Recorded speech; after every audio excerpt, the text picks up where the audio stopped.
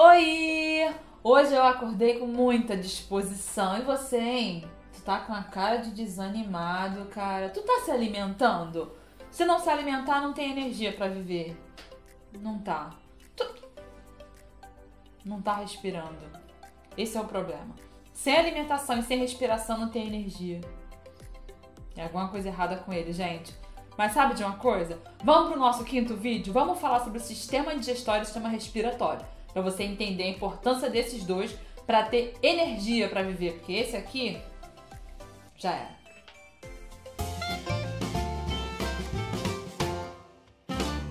Olá! Eu sou a professora Rafaela Lima. Você está aqui no nosso quinto vídeo da nossa série Organização dos Seres Vivos, dos átomos aos ecossistemas.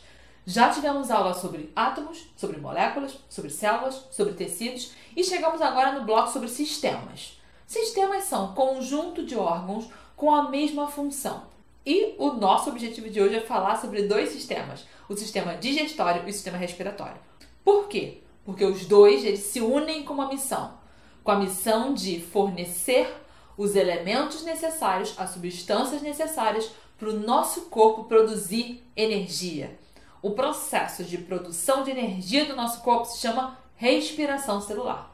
Onde ele ocorre? Ele ocorre na mitocôndria. Lembra? Lá da aula de célula, uma organela celular, onde lá dentro vai haver justamente a interação entre o oxigênio, que a gente pegou pela respiração, a glicose, que a gente obteve pelos alimentos, uma série de reações químicas formando o ATP, que é a nossa molécula de energia. Energia para viver. Por isso que eu comecei fazendo a brincadeira com o nosso amigo Teobaldo, que você vai conhecer ele melhor um pouquinho à frente, na nossa aula sobre o sistema locomotor. Se tá, entendi que eu preciso de ATP, de energia para viver, para realizar todas as minhas ações. E esses dois sistemas eles vão atuar nisso. Dizem que tudo começa pela boca. O alimento vai entrar por essa boca. O que tem nessa boca? Nós temos então os dentes, 4 diferentes tipos de dentes, incisivos, caninos, pré-molares e molares. Incisivos aí com a missão de roer, de cortar, caninos perfurar e rasgar, pré-molares e molares para moer. Vamos ter então saliva para umedecer esse alimento e temos também a língua para mover esse alimento e permitir a nossa deglutição, que a gente possa engolir. Na nossa saliva vai iniciar um processo que é o processo de digestão química. Porque a digestão a gente vai dividir em dois aspectos. O aspecto físico, que envolve a trituração, a movimentação do alimento, e o aspecto químico, onde enzimas vão agir de forma a degradar moléculas grandes dos alimentos em moléculas bem pequenas, que a gente possa absorver e nutrir o nosso corpo. Então começou a digestão mecânica e na nossa saliva, na boca, começa a digestão química, com a presença da enzima amilase salivar. Qual é a missão da amilase salivar? A missão dela é iniciar a digestão do amido. Então você comer um pão, um biscoito, qualquer coisa aí que tenha farinha, por exemplo, o amido vai então começar a ser digerido. Então você tem que mastigar com um pouquinho de calma para rolar essa ação. Se você mastiga enlouquecidamente rápido, já dificulta o processo, né? Segunda etapa. Eu vou, então, engolir esse alimento. Dá uma olhadinha, então, aí nessa mini eu. Repara, tá aí a boca. Depois da boca, por onde esse alimento vai passar? Ele vai passar na faringe, depois ele vai passar no esôfago, depois ele passa para o estômago, do estômago para o intestino delgado e depois para o intestino grosso, correto? Então, aí, vamos, então, para a passagem na faringe. O pessoal chama de garganta, uma passagem comum ao ar e ao alimento. Então, é uma passagem comum ao sistema respiratório e ao digestório. Esse alimento vai descer. Está descendo aí no esôfago. O que rola no esôfago? No esôfago rolam os movimentos peristálticos, movimentos involuntários que levam esse alimento ao longo do trato digestivo. Não precisa estar de pé para esse alimento descer. Esse alimento ele vai descer, depende da gravidade. Mesmo você deitado de cabeça para baixo, esse alimento ele vai descer devido a esse movimento, essa contração dos movimentos peristálticos. Nele, no estômago, o nosso alimento desceu pelo esôfago, chegou no estômago. Você já fala assim, caramba, eu tô com a minha barriga cheia. Seu estômago, que é essa bolsa que inicialmente começa a armazenar o alimento, ela pode se distender. E aqui no nosso estômago, vai rolar a ação de uma enzima. e de um suco, que é o suco gástrico. O seu estômago produz o suco gástrico rico em ácido clorídrico, HCl, um ácido com pH bem baixo, e ele vai propiciar, ele vai ativar uma enzima para iniciar a digestão de proteínas. O nome dessa enzima é pepsina. Ela vai começar a atuar aqui. Você já deve ter vivido uma sensação de falar assim, caramba, eu tô com uma ardência, a chamada azia. Esse ácido clorídrico, por um problema do seu corpo, ele está voltando para um lugar onde ele não deveria estar. Dá aquela sensação de ardência. Então é um ácido realmente bem ácido. Então iniciei ali uma digestão, esse alimento já é uma papinha, já é um quimo, esse alimento ele vai descer. Do estômago ele vai para onde? Ele vai continuar o trabalho, a digestão no intestino delgado. Olha ele aqui, imenso, compridíssimo, 6 metros por aí. É claro que varia se é uma criança ou se é um adulto. Ao longo desse tubo bem longão, que é o intestino delgado, vai rolar muita digestão. Porque aqui, no intestino delgado, há ação de 3 sucos. O suco entérico, produzido pelo próprio intestino, o suco pancreático, produzido lá pelo pâncreas, e a bile, produzida pelo fígado. O suco entérico e o suco pancreático ele é rico em enzimas para digerir o máximo possível. Então vai digerir a gordura, os lipídios, tem a amilase pancreática para continuar a digestão do amido. Eu tenho enzimas para digerir carboidratos, DMA. Um super coquetel de enzimas vai atuar aqui para tornar essas moléculas grandes e moléculas bem pequenininhas. E assim, aqui no intestino delgado vai ocorrer o quê? Absorção de nutrientes. Sim, missão do intestino delgado, absorção de nutrientes. Esses nutrientes vão para a corrente sanguínea e vão atingir os seus órgãos-alvo. Próximo vídeo já sabe, hein? Sistema cardiovascular, vamos falar sobre sangue. Ah, legal, então o intestino rolou tudo isso. Pois é. Falei do pâncreas, que é uma glândula mista, ela é exócrina e endócrina. Ela tanto libera substâncias como o suco pancreático aqui, para a luz do intestino delgado, quanto ela também produz hormônios. A gente na aula de hormônios vai estudar um pouquinho esse aspecto, que é a insulina e o glucagon. Então segura que vai ter. E falei da bile. Bile essa que é produzida em quem? Fígado! Olha o fígado, dá uma olhada nessa imagem mais real. O fígado ele tá aqui nessa região. Então essas nossas costelas aqui estão envolvendo ele. Você vê que ele é bem grandão, né? O fígado, ele tem uma diversidade de funções no nosso corpo. Tanto ele vai armazenar o glicogênio, que são blocos de glicose, uma reserva de energia pra gente, vai ter aqui no fígado. Ele vai trabalhar na degradação de substâncias tóxicas, remédios, álcool, ele vai atuar nisso aí. Hemácias, células sanguíneas envelhecidas, vai rolar aqui também. E vai produzir a bile. A bile, ele é um líquido que a gente fala que ele tem uma ação de emulsionar, de pegar aquelas gotículas de gordura e quando ele cai sobre elas, ele separa, como um detergente que separa as gorduras. Na bile, não tem enzima. Aí você fala, legal, entendi que teve muita digestão aí nesse intestino, ação de 3 sucos, absorção desses nutrientes.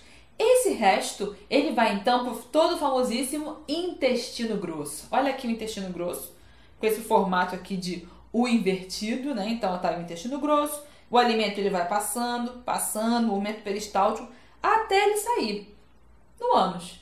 Nessa pontinha aqui, do intestino grosso, é onde se situa o famoso apêndice. O pessoal fala, o apêndice só serve para inflamar. Não, ele tem células de defesa, porém muitas vezes ele inflama. E essa inflamação sendo muito intensa, não tem jeito.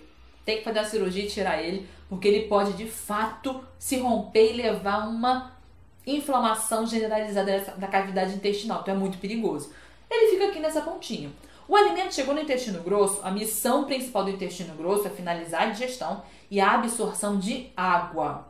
Aqui no intestino grosso tem uma série de bactérias que elas vão atuar também complementando a digestão. Rola a produção de vitamina B12 e vitamina K. Esse resíduo vai passando, vai então sendo formado bolo fecal. A água desse bolo fecal ela é absorvida e vai sair então no ânus na forma de cocô. Você já deve ter vivido uma situação em que teu intestino está desregulado, está trabalhando rápido demais. Por alguma bactéria, alguma coisa, o que acontece? Diarreia. Não deu tempo do intestino grosso absorver, cumprir o seu trabalho aí lento. Outras vezes, você pode ter um chamado intestino preguiçoso. O movimento da peristalse no intestino está sendo lenta demais. Esse bolo fecal demora a ser formado, a pessoa fica muitos dias sem ir ao banheiro, a chamada constipação ou prisão de ventre. E aí você fala, entendi a importância do sistema digestório para que eu possa absorver o nutriente, absorver essa glicose que vai me dar energia e eliminar esse resto. E essa glicose ela foi parar lá no sangue, correto? Mas só a glicose no sangue já te dá energia? Não. Se não tiver a ação do oxigênio para rolar a respiração celular, para rolar essa reação, não vai ser produzida energia no seu corpo. E aí a gente entra então nele, sistema respiratório. Sem o sistema respiratório, a gente não consegue capturar de forma eficiente o oxigênio do ar. E sem oxigênio, não tem vida. Entendeu a relação? E quando a gente fala de sistema respiratório, dá uma olhada. É isso aí que você vai pensar. A gente está falando então de fossas nasais. Esse ar então vai passar pela faringe, vai descer pela laringe, depois pela traqueia, depois pelos brônquios, chegando então na extremidade, nos alvéolos pulmonares, onde vai rolar a troca gasosa. Vamos entender parte por parte? Por que respirar pelo nariz? Fossas nasais, narinas, aquecer o ar, filtrar esse ar e umedecer também. Ah, eu tô sempre com o nariz entupido, respiro pela boca.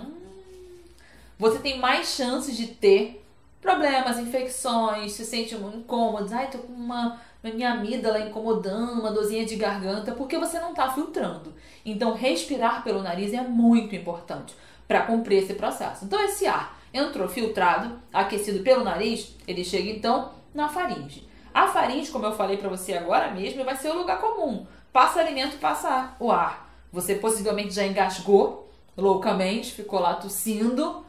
Pode sair alimento, resíduo, tanto pela boca quanto pelo nariz, porque é uma passagem comum. E aí, da faringe, a gente vai descer então para a laringe. A laringe, que é essa porção aqui, nos homens ela tem uma projeçãozinha, o pessoal chama de gogó, ou de pomo de Adão. Na laringe, em todos nós, é onde está presente as pregas vocais. Pregas vocais responsáveis pela produção do som, a produção da voz. O ar vai passar por elas, fazê-las vibrar e assim a gente vai produzir o som.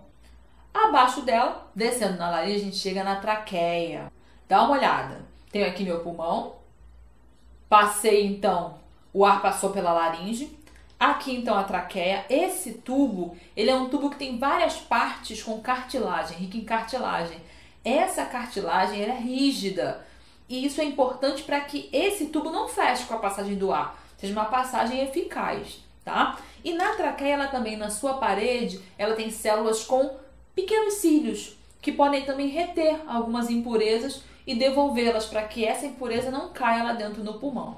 E aí você vê, essa traqueia ela vai se ramificar em duas, que são os brônquios, que vão então se ramificar na árvore brônquica, lá no interior dos pulmões, que são os bronquíolos. Então temos dois pulmões, olha o tamanhão dele.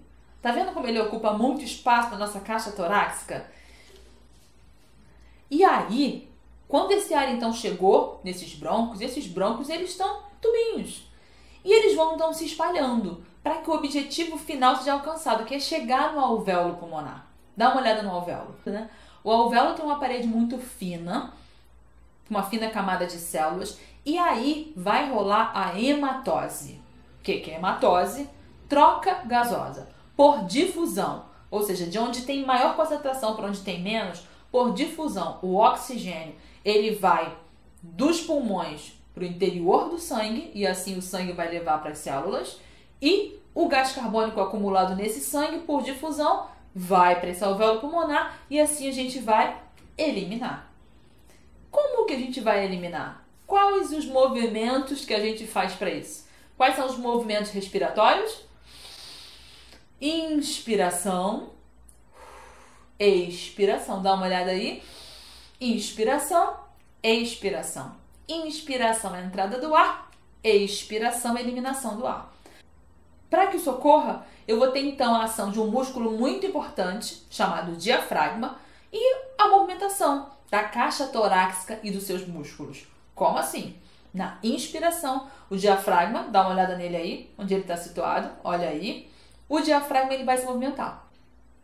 Então, na inspiração, esse diafragma ele vai se contrair e descer, a caixa torácica ela vai se expandir. E na expiração, esse diafragma relaxa e sobe e a caixa torácica também reduz. Para que essa caixa torácica ela se expanda, tem que ter também movimento dos músculos intercostais, que estão entre essas costelas aí. Então, promovendo inspiração, expiração. Inspiração, contração de diafragma e de músculos intercostais. E na expiração, relaxamento e expulsão. Você não precisa fazer força para esse ar entrar. Esse ar ele entra sozinho, por diferença de pressão.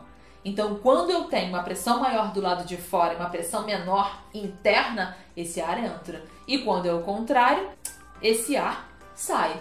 E assim, o movimento vai ocorrendo de entrada e saída de ar. E quem controla isso? Quem é que diz respire mais, respire menos? O bulbo.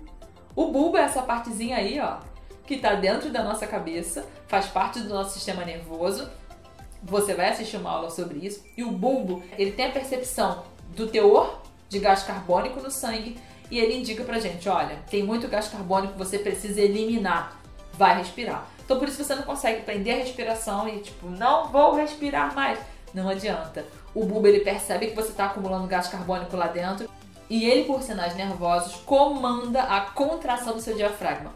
E você querendo ou não, você vai inspirar e se mantém vivo. Entendeu então a importância do sistema respiratório e do digestório e os dois atuando juntos para que a gente tenha energia para viver? Então fechamos a nossa aula de hoje e fica comigo. A nossa próxima aula é sobre o sistema cardiovascular, para você entender então como que esses nutrientes caem na corrente sanguínea e chegam aí no seu destino. Você está aqui no canal Mais Ciências, foi um prazer ter você por aqui. Se você gostou desse vídeo, você já deixa o seu like. E se você ainda não é inscrito aqui no canal, por favor, se inscreva para receber muitas outras novidades. E não esquece de divulgar. Joga essa playlist aí no grupo dos amigos, no grupo de estudo, que vai ser proveitoso para muita gente. Até a próxima. Tchauzinho!